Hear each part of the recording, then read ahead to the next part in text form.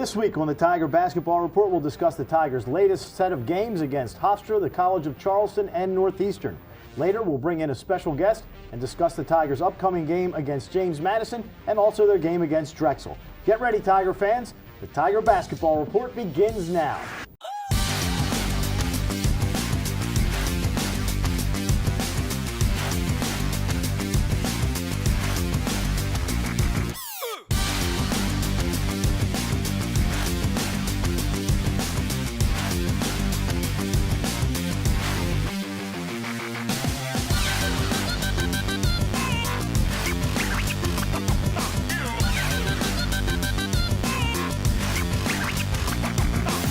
Hello, Tiger fans, and welcome to the Towson Sports Network studio for another edition of the Tiger Basketball Report.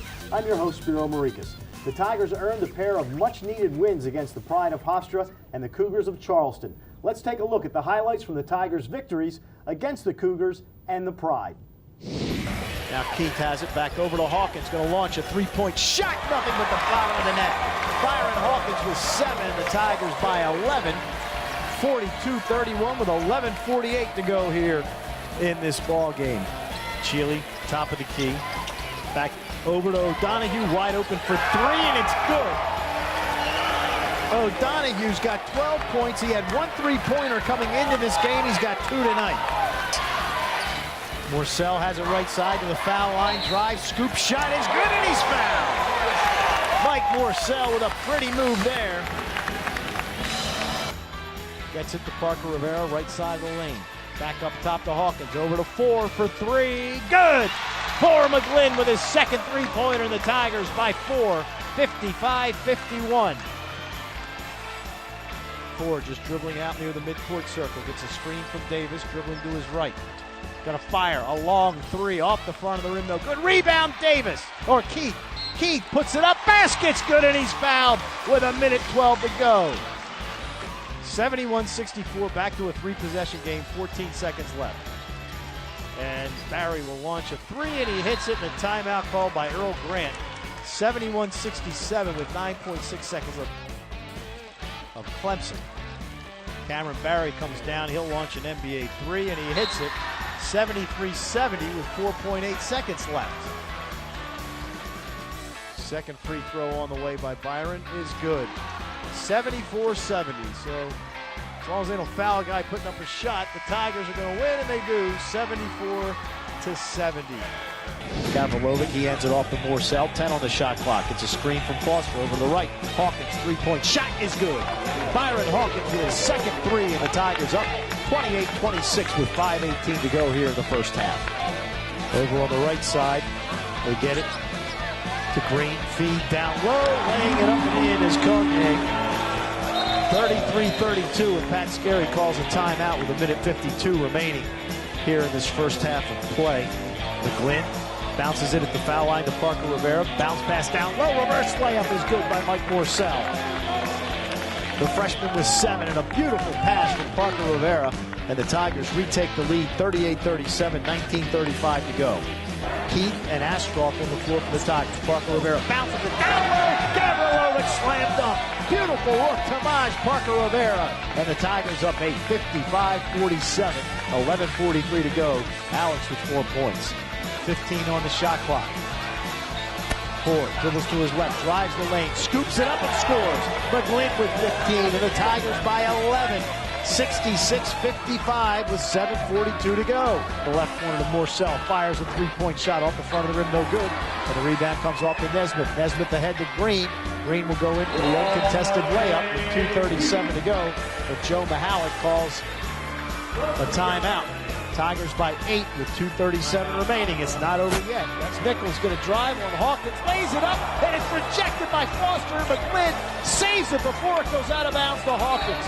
Great play by Foster, and then McGlynn with a great pass backwards as he's falling out of bounds to Hawkins, who then gets fouled and will go to the line, and Nichols is fouled out of the ballgame. The Tigers defeated the College of Charleston right here in CQ Arena 74-70 before traveling to Long Island to beat Hofstra on the road 86-72. And the freshman of the week is Mike Morsell, as he had 14 and 15 points in the 2 ball games. Coach, Let's start with Mike, since he's the first Tiger to win an award this year as the Rookie of the Week.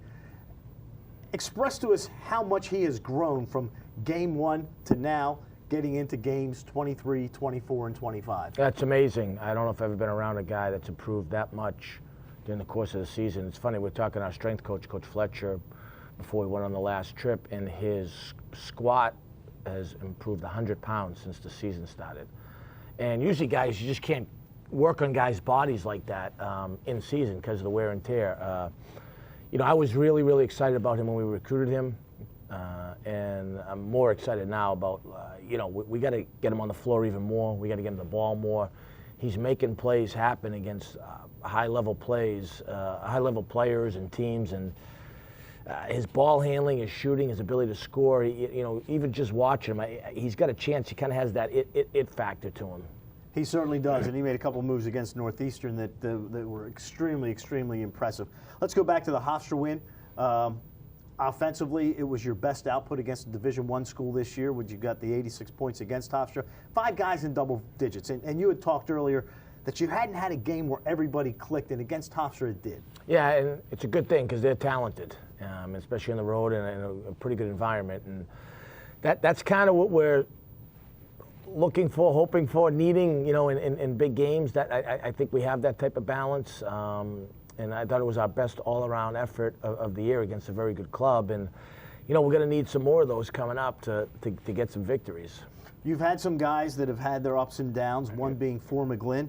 He had his ups against College of Charleston and against Hofstra, but then a down against Northeastern. What do you do to try to keep him on a consistent level? Yeah, we're, you know, searching for it. I think, once again, he was spectacular, and it's a big reason why, probably the key reason why we beat Hofstra in Charleston was his play. You know, and it's not the reason we lost to Northeastern, but we need him on both sides of the floor. I thought the one thing against Hofstra that he didn't get enough credit for was defense on Brian Bernardi, who's a tremendous player. And I think sometimes if he's just got to get past, like if a shot doesn't go in early or something doesn't happen, that he doesn't just run to the ball, he doesn't get less engaged defensively, if that's the right word. He's capable of really being good on both sides of the floor, and you know, we need that mental toughness from him as a veteran guy, and it's a big responsibility, especially with a young team. But when he's done it, we've become very good. I go all the way back to like Temple, how well he played. Monmouth, who was a very good club, you know, how he kind of dominated that game, and Hofstra. When he does that, I think we become the type of team that I feel like we can be, and it's just that we need that on a nightly basis. So the Tigers will be back in action as they will take on James Madison. When we come back, we'll discuss the results of the Tigers' most recent game against Northeastern in Boston. The Tiger Basketball Report with head coach Pat Skerry will return right after these words. Brian Vickers, Aaron's sponsored driver. He doesn't just love racing, he lives it. We got the paper! Woo! His pit crew follows him everywhere. Oddly, so does his boss. Right, sign that, sign that. And his passion for racing is rivaled only by his passion for errands. No credit needed. I'll take it. Woo! Congrats. Errands makes owning easy through lease ownership, so you can own the life you want. You'll find it on the sidewalks of Little Italy and on the porches in Catonsville. You can see it when friends meet in Mount Vernon. It's pride. Pride in our city, pride in our people. That's why MedStar Health is building the most accessible healthcare system in the region to look after everyone from Lutherville to Locust Point. So no matter where you go, no matter who you are, you're never far from MedStar.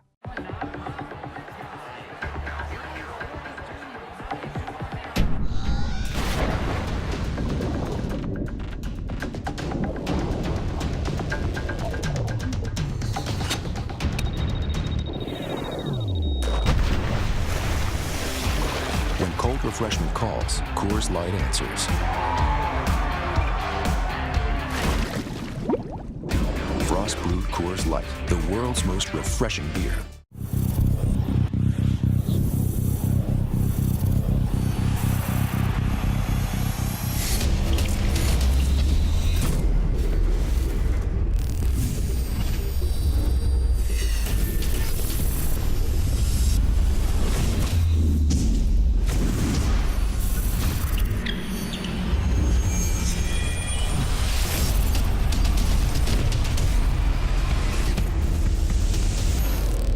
Welcome back to the Tiger Basketball Report. I'm Spiro Morekas. The Tigers headed to Boston, coming off a 2-game win streak, to take on the Huskies of Northeastern. The Tigers fought back from 16 points down and eventually cut the lead to 4 in the final few moments, but ultimately fell by a score of 69-62. Freshman point guard Byron Hawkins led the Tigers with 13 points on 4 of 13 shooting from the field. Coach, time and again your team has faced double-digit deficits, only to come back, and again you did it again in Boston, getting it to 4, but not quite being able to get it over the hump. Well, give Northeastern credit. They're really good, and they made a lot of tough shots. Our defense wasn't where it needs to be against that level of team, but they had a lot to do with it as we went back and broke down tape.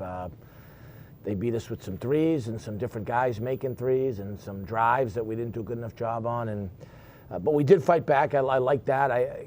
That's a lot of young guys made some big plays for us. We just probably didn't have quite enough time to get it done. Hopefully we can keep improving and get a chance to see those guys again in Baltimore. You know, the first time you played, it was 52-49. They beat you here, and you guys had a chance to tie it at the end, couldn't quite get it done. This time, again, you cut it close, couldn't quite get it done. But this is a team that was picked to win the conference, Northeastern. They were picked to win the conference this year.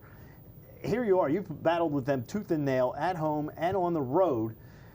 That's got to give you a sense that if you do get them a third time, they're going to be a little leery about playing you guys. Well, I'd still probably pick them as a team to beat. I know William Mary's playing well too. I think it's 1A, 1B right now. But yeah, it's a good measuring stick for us. It's funny as I evaluate our team, and we got to say, okay, so what do they lose? What do we add? What's coming back? That's it's a good measuring stick. I have great respect for their program. We've been in there. We just haven't been able to do enough. But I don't want to take anything away from them. I think they have a lot to do with that too. They have some guys that make shots, and they're an incredible passing team. That's the thing I think I like about them the most. And they, I love defense. They force you in your game plan and schematically to try to do some different things. We're not quite at that point where we're just going to do one thing and beat them. We were a year ago. They were a pretty good passing team. Now they're obviously a little bit older, and we're not quite at that experience level yet. Yeah, and they've got Quincy Ford back, who they didn't have last year, and Scott Etherton is only 16 of 17 against you guys from the floor in 2 games. He is I'm actually going to graduation day for him up there and giving him a parting gift. That's the only, we'll be happy when he leaves. You look, and it's a tough road trip to run up to Boston, play the game, and then come back and get ready for your next ball game. But for you, it's kind of a homecoming because you've always got family and friends at that game. Is it nice to go back to Boston every year? I mean, it is. It's just. I know you want to win, but yeah, just being back home. You don't get to. You never get to spend as much time. It's good to see family and friends, even if it's briefly, and you appreciate them taking the time out of their schedules to come out and see and support you. So I mean, yeah, it's I worked at Northeastern. I have fond memories of. It was my first job in Division I. I was the grunt guy, and we were obviously in America East at the time, and so it's a good trip. I just wish they weren't as good as they are.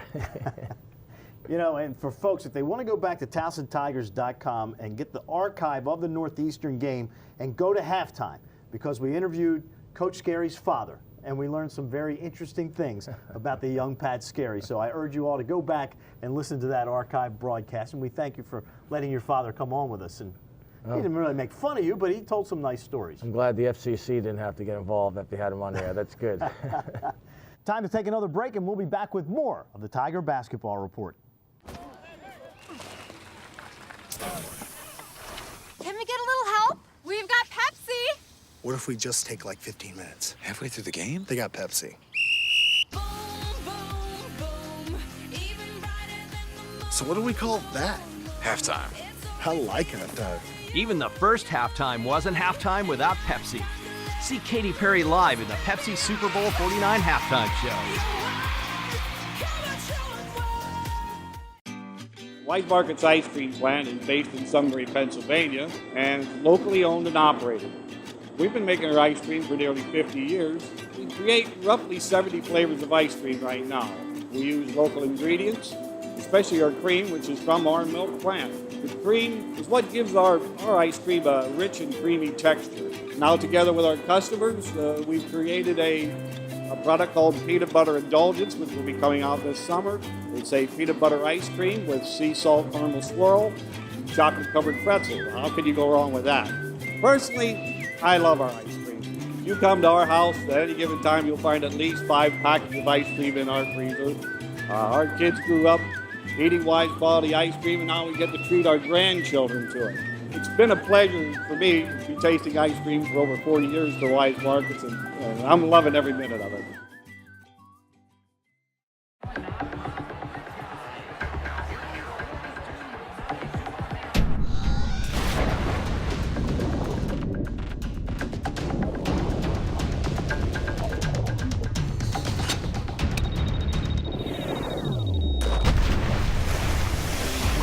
When cold refreshment calls, Coors Light answers.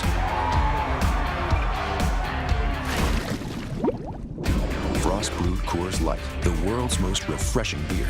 Mariner Finance is a consumer finance company, so we offer personal loans. Mariner Finance is a great place to work. It's a great thing for anyone with the entrepreneurial spirit. Everybody in every office has an opportunity to achieve and grow. Be your own leader. Be a leader amongst the fellow coworkers in your office. The training and development that we do at Mariner Finance is one-on-one. Someone who has been there, done it, experienced it. There is no better feeling.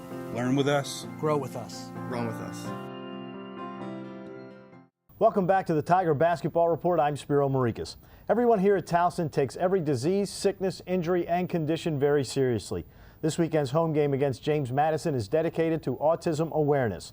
Joining me in the march is the head coach of the Tigers, Pat Skerry, and our special guest here from the Hussman Center for Adults with Autism, Dr. John Hussman. How are you this morning, sir? Great. How are you? I'm doing very well. First off, tell us how important this weekend is to you. Well, it's very important to have people get a sense of, autism as something that affects everyone. We've now got about 1 in 68 children, according to the CDC, that's on the autism spectrum.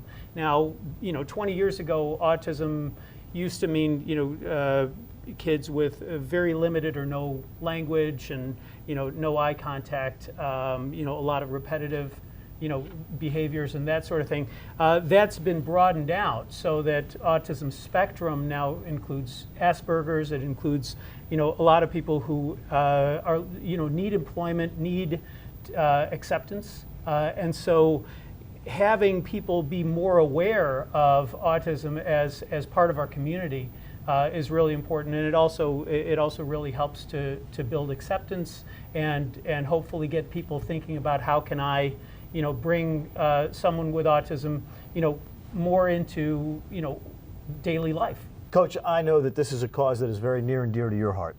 Yeah, it is, and I'm excited about the game this weekend. First of all, what we have at the Hussman Center and getting Dr. Hussman here today is outstanding. It's a marvelous, spectacular building, and the game spirit, it's about awareness. And on campus and in our community, we have some unbelievable organizations here, and they'll all be represented this weekend. The Hussman Center, Pathfinders, Kennedy Krieger, Trellis, Itinerus, and so on. So, and I think what Dr. Hussman said really resonates. It's to help educate people and get them to understand what autism is, how it's impacting society, and what we can do to help more understanding, more acceptance. So that's the thing I'm kind of most excited and my wife and I are proud of from starting this a couple of years ago and seeing it grow. Dr. Hussman, how long have you been involved with Towson University? So with Towson, I think we got involved about 5 years ago when they were, developing the Center for Adults with Autism, and then we got involved with that and provided some funding for that to expand.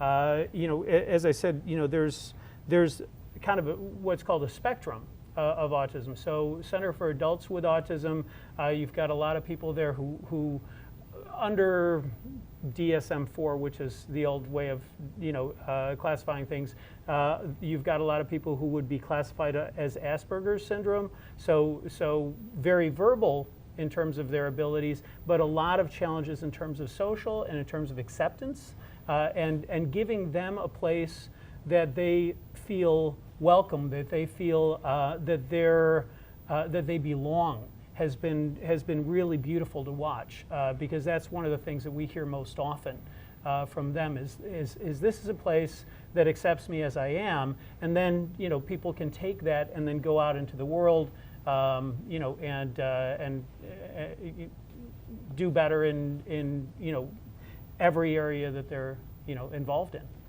You look at every year there's breast cancer awareness and other things, and cancer, I guess, touches just about every human being in the world at some point, somebody in their family. But when you say 1 out of 68 children, autism is getting to that point where everyone is going to be affected in some way, whether it be a cousin or a son or a grandson or a granddaughter.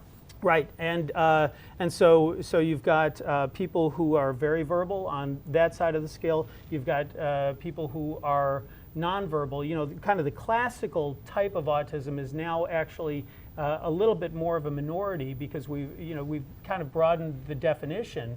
That's not a bad thing. There are people all along the spectrum who have real needs that need to be addressed and need acceptance.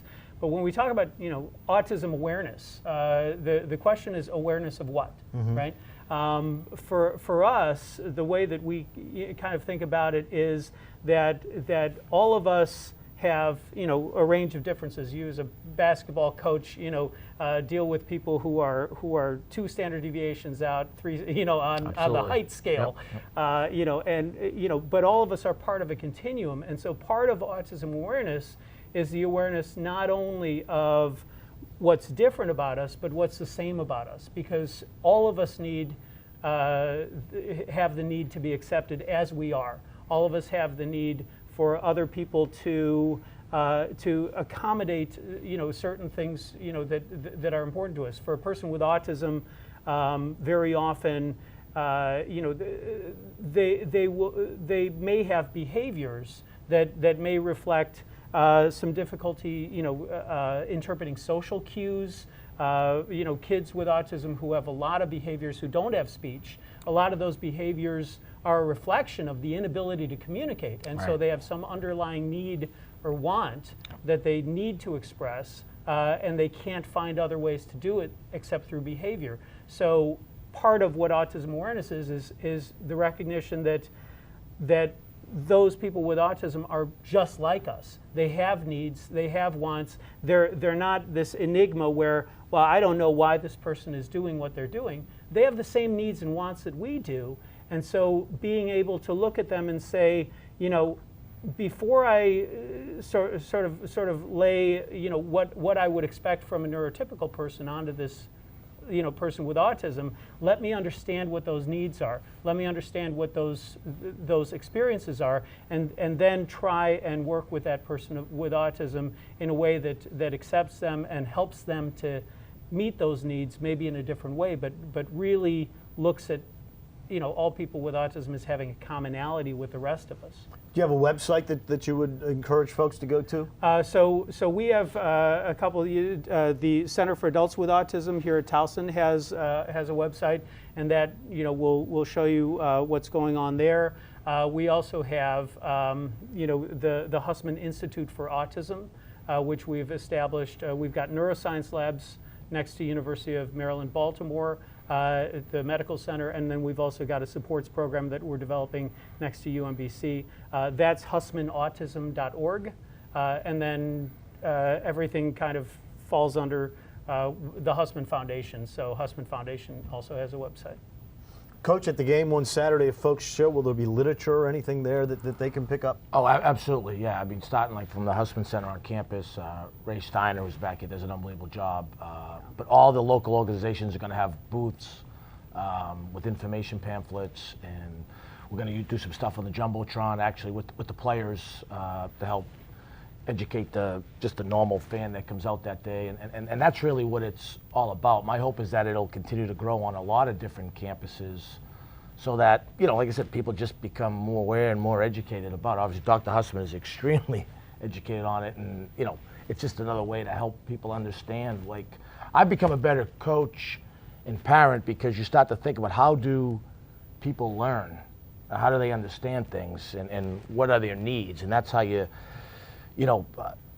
a lot of people on the spectrum are incredibly intelligent.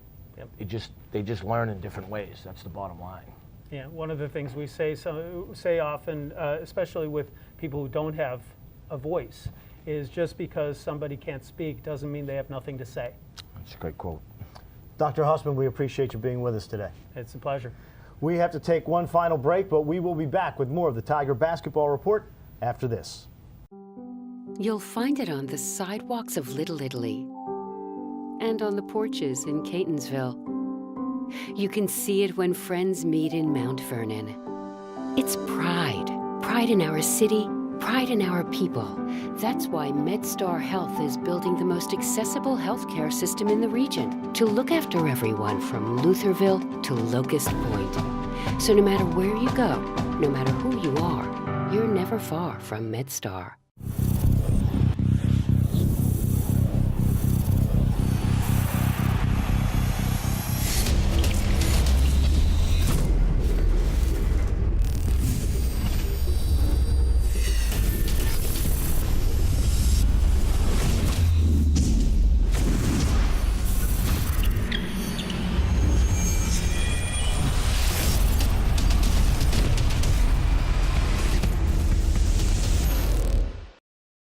Brian Vickers, Aaron's sponsored driver. He doesn't just love racing, he lives it. We got the paper! Woo! His pit crew follows him everywhere. Oddly, so does his boss. Red, sign that, sign that. Yeah! And his passion for racing is rivaled only by his passion for errands. No credit needed. I'll take it. Congrats. Aaron's makes owning easy through lease ownership, so you can own the life you want. We did it, Charlie. AT&T's network now has the nation's strongest LTE signal. Let's go tell everybody. We're doing things like putting LTE radios at the top of our towers to maximize power and give you the strong signal you deserve. That's awesome! Isn't it awesome? So y'all optimized it? We optimized it. People of Earth, oh boy, America's strongest LTE signal is here!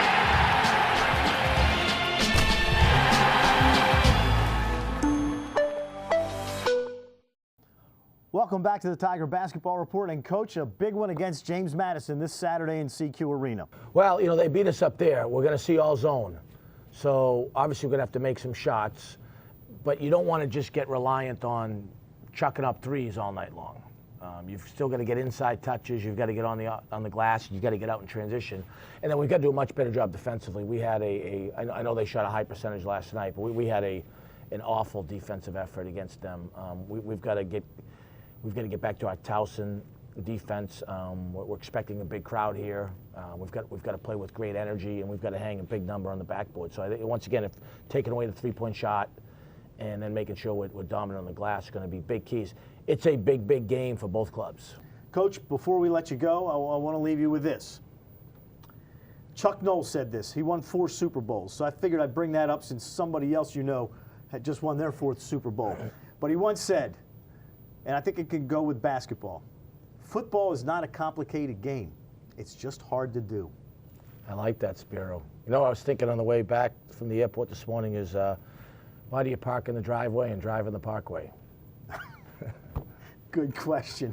So that will do it for another edition of the Tiger Basketball Report. We thank you all for being with us. Don't forget, this Saturday at 1:45 on CBS Sports Radio 1300 and TowsonTigers.com. I'll be with you along with the legend, Vince Angotti. But please come out to CQ Arena and help support autism awareness.